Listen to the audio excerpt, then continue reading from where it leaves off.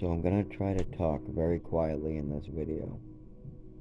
This video, like I explained in the last, I'm just going over what was going on with a cat named Xena, a cat named Oreo, my upstairs neighbors, um, girlfriend's sister, who I became friends with their family, their mother and their sister. Not quite them. Not, I was more of acquaintances with my upstairs neighbors, but I became good friends with their family. What was weird, I guess, from their perspective. So I kind of stopped doing that. I got in an argument with them about internet, and I said, "Don't ask me to cover for you no more." I stormed down the stairs, and no, that was it for me with them. There was, I mean, I had no hard feelings. I even let them know that. I was like, I have no hard feelings about what was going on. I even brought up a pizza to show them, but I wasn't trying to be friends with them. I was just dropping off food and then being like, okay, no hard feelings about that. You're a part of this because obviously they weren't doing the right thing, and I'm not covering for you, especially if you're not doing the right thing. And they didn't like that. They didn't like what I said about them either, because after they said, oh, get down, get the fuck out of here, blah blah blah blah blah. That's when I said, oh, you know what? Your boyfriend is a sex offender. Why don't you worry about that? And they got wicked pissed. So that ended it right there, as well as later. I'm talking to him. I have no hard feelings about really what was going on, but they did something fucked up. I went up and said I wasn't covering for him. Then, oh yeah, one of them threw me down a flight of stairs too. Don't keep that in mind. There's a hole that had to be patched up because one of them threw me down a flight of stairs. Yeah, don't forget about that. So, anyways, that's the end of that relationship. But I could have kept on seeing my friends who was their mother, who at this point was chopping down their door with hatchets. Keep that in mind. The mother was not getting along with these people. These people weren't getting along with anybody. They were pissing off drug dealers, pot dealers, their mother, their sister, their friends, their neighbors. Everybody had a problem with them in this building. Nobody, and I was supporting them. Keep that in mind. I was being very supportive, and that ended. So I had to end all talking, all communication, and hanging out with their family. No way I'm gonna hang out with their family if I'm not seeing them. That's not fair of me to do.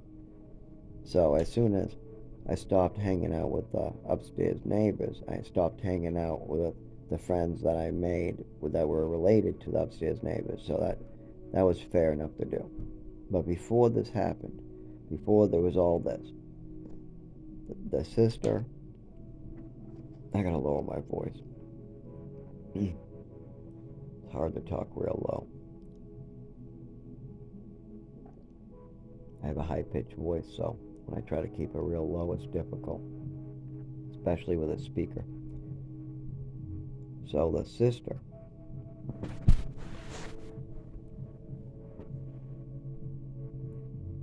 yeah, this is going to be difficult.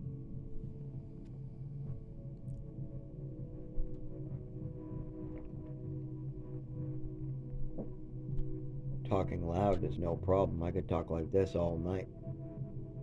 But talking low, like this, a little more difficult to make sounds loud enough where the microphone will pick them up. It's all about jaw movement and pronunciation. I have a little numbness in the bottom half of my jaw or muscles. It gets numb a lot. It gets sore too when I just don't use it and I let it sit there. It's right in the spot where the Herps appliance used to be built into my jaw. It almost feels like my jaw wants to go backwards, as well as I've always had speech difficulty. If I take certain pills like Triliptal, like I took recently, and it makes a big difference in my speech. But other pills, makes it worse. Definitely things like Seroquel and Thorazine. I sound totally retarded on those. I shouldn't use that word really. I sound totally mentally ill on those pills.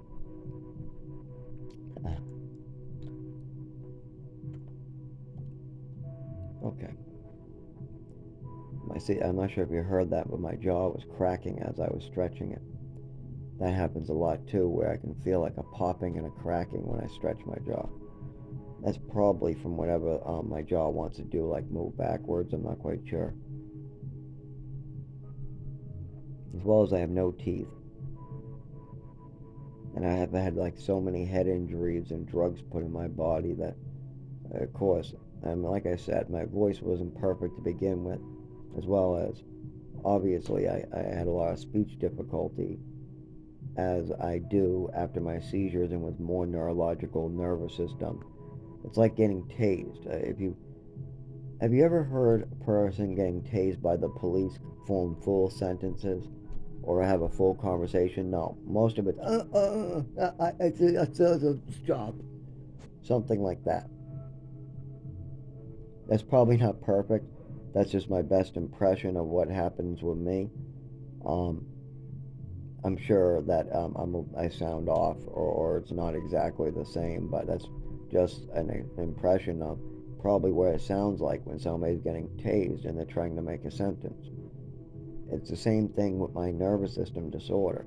The more that it's active, the more that it's activated by noise, touch, flashing lights, and most of all, cold affects it in horrible ways. I'm real sensitive to any cold. It sends, oh my God, shakes and like lightning going through my body. I mean, it's terrible. But when that's happening, it's much harder to talk. Have you ever tried to talk while a doctor's causing you some type of pain? It's very difficult. If you're screaming, it's very difficult to talk. When your pain receptors in your nervous system is overloaded, it makes it much harder to talk. And that's always been part of my speech difficulty, as well as my walking difficulty, as my coordination difficulty, as well as my arm coordination difficulty. I'm constantly getting tased through my nervous system, depending on the level of aggravation in my atmosphere, like sound, flashing lights. When people hold flashlights to my eyes and go back and forth, what even happened through my childhood. I could tell you all about the hourly flashlight checks with staff members who used to come to your face and flash a light in it. It was terrible. There was lamps, there was flashlights, there was a lot of lights in my face in these programs, as well as my roommate's done it to me a couple times on accident up here. But anyways, back to the cat. So, my sister. Oh, well, sorry. Not my sister. I'm so used to having to speak about my family this time. It's not. My upstairs neighbor, his girlfriend's sister, and his girlfriend's mother were friends with me. The sister had two cats. Somebody ran a car into their place. They got pictures of this. It wasn't livable with a car inside the living room downstairs. Like that, they were upstairs, but downstairs had a car in it. So that's not going to work. So they got put up at a hotel for a while. But they needed to put the cat someplace. And they were supposed to get their place back. I said, drop them off at my place. No problem. I'll give them back to you. Don't worry. I'm very good at giving back animals as long as they got a good home. I don't mind. And I follow your instructions to the T, I told them. However you want me to raise that cat is how I'll raise that cat. I'll have suggestions for you, but you have the final word in every decision. You'll get calls and information. They say, great. They tell me that they're incest cats and the mother is pregnant. I'm not too happy about that. But, hey, it's nature. That's the way the cats came, and that you didn't force it on them, so whatever. I mean, I'm not really impressed with the situation, but okay. So you're dropping off a cat, Xena, pregnant, and her son who got her pregnant, named Oreo, who's really big and she's really small. Okay. Well, those two can't be doing any of that at my house, so we separated them. If anything was going on, we had to put them in other rooms, and the son had to be sprayed all the time. If he tried to get too close to Xena, spray, spray, spray. And Xena would beat him up anyway. Xena would, if he got too close, Xena would give him a good smack. She probably wasn't too happy about being pregnant and getting bigger and bigger. But here's the bonus. They both had worms. They both were infested with worms. And Xena would try to eat these big bugs that would fly in. She once just ate one, just came over, jumped up and ate one that was on the floor. I didn't even know it was quick. Her son was smacking it. I come over and Xena just runs over and eats it. So she definitely had lots of worms, but it was confirmed when I got the message. I already returned the son to the family, and they told the one who told me they had worms to begin with, and we got him dewormed finally. Even though I did tell them I think you should give him worm shots and bring him to the vet. If you pay for it, I'll bring him, or even I can kick in some money to help pay for a vet appointment. They told me no, our cats don't go to the vet. I can't bring Xena and Oreo to the vet. They said no. I said I'll pay for it. No. They did get it done themselves though. After they had Oreo, what was just one cat, and what a wonderful cat Oreo was too. Um, they did bring him to get dewormed and all that stuff. I think they did not neuter him. With one cat, that's not a big deal. When you have the mother and the son not neutered, and the son wants to mount the mother, you can't have that. Now, luckily, they were only in my house for about a year, maybe a little stretch. But at the end of that year, Xena passed away. She was starting to give birth, and she passed away. After she passed, I made her comfortable too. I even gave her a grave with the upstairs neighbor's girlfriend. We dug a hole. And then the owner of the cat wanted me to throw it in the woods. With my belief system, seeing as I want to be given back to nature, if that's what you want, I'll help you do it, but I think a grave is better, but he didn't want that again. These cat owners weren't really responsible at that time. They didn't want to vet. They didn't want to bury their cat. They didn't know or how to pay to kennel the cat after they had a car go downstairs. Luckily, I came in and helped, but by explaining how important a vet was, explaining them how I changed the food into more healthy, different foods. I try to keep it a little more healthy by suggesting that vets might be beneficial. And after, the pregnancy killed the cat. I mean, all those worms and being pregnant when she was giving birth. I sent photos about her giving birth. It was lasted for about an hour, but then when I checked in, not breathing. Awful, awful. But with incest, that's common, as well as with worms and incest and giving birth, and who knows what else. It's pretty common. And the cat was older too. Don't think this is a young cat. Her son came from a different litter. This isn't her first litter. So it was really sad. Really, really sad. I had to help bury that cat too. And it wasn't any choices of mine except for I let the owners decide what to do. That was the only choice I made, was I said that you guys get to decide what happens. It's not my cat. You guys are getting him back very soon, and I know I'm going to have to give that cat back. So that's it. I will, and every week they were stopping by. We were going to the beach, things like that. We were keeping in touch all the time. And that might have been a mistake to allow these other people to decide this cat's fate. But it was their cat. Even if they don't want a vet, and she needs a vet, maybe I have to respect their wishes, or maybe I have to decide on my own. Now, if it was my own decision what to do with their cat, I would say vet all the way. I'm big on vets. Now, there's some I opt out of. I think vets go too far sometimes and become scam artists for profit.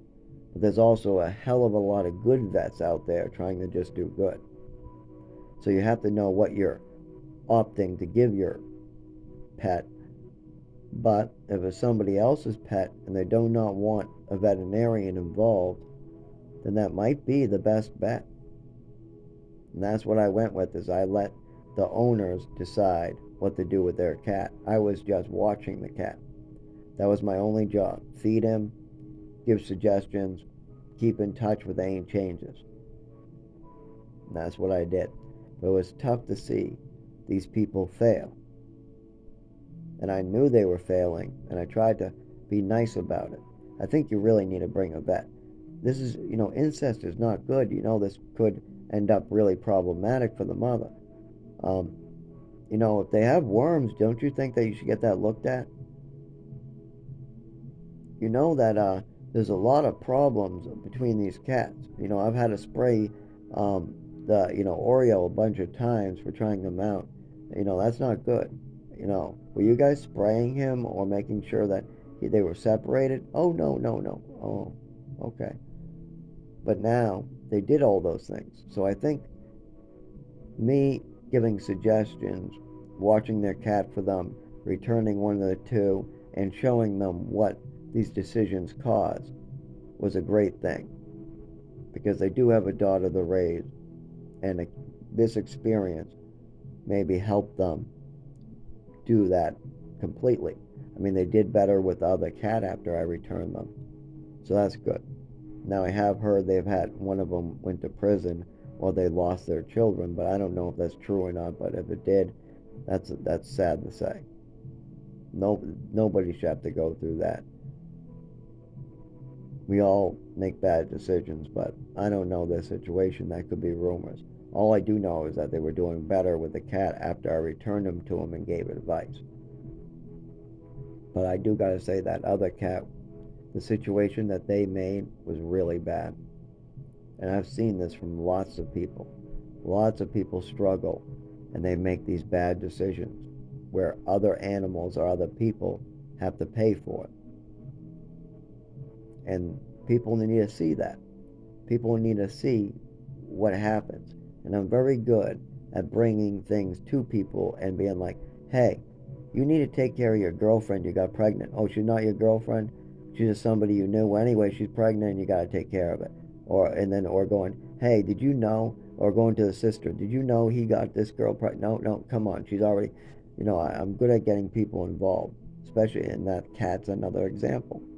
They had a bad situation. Instead of the cats just getting thrown in some place, I took them in and told them this is what, well, that's not good for this reason, and that's not good for this reason, and you should bring them to a vet for this reason. And this is what happens when you do this. And look what happened now because you did this. I let them just make their decisions, but they made one bad one, not allowing their cats to go to the vet.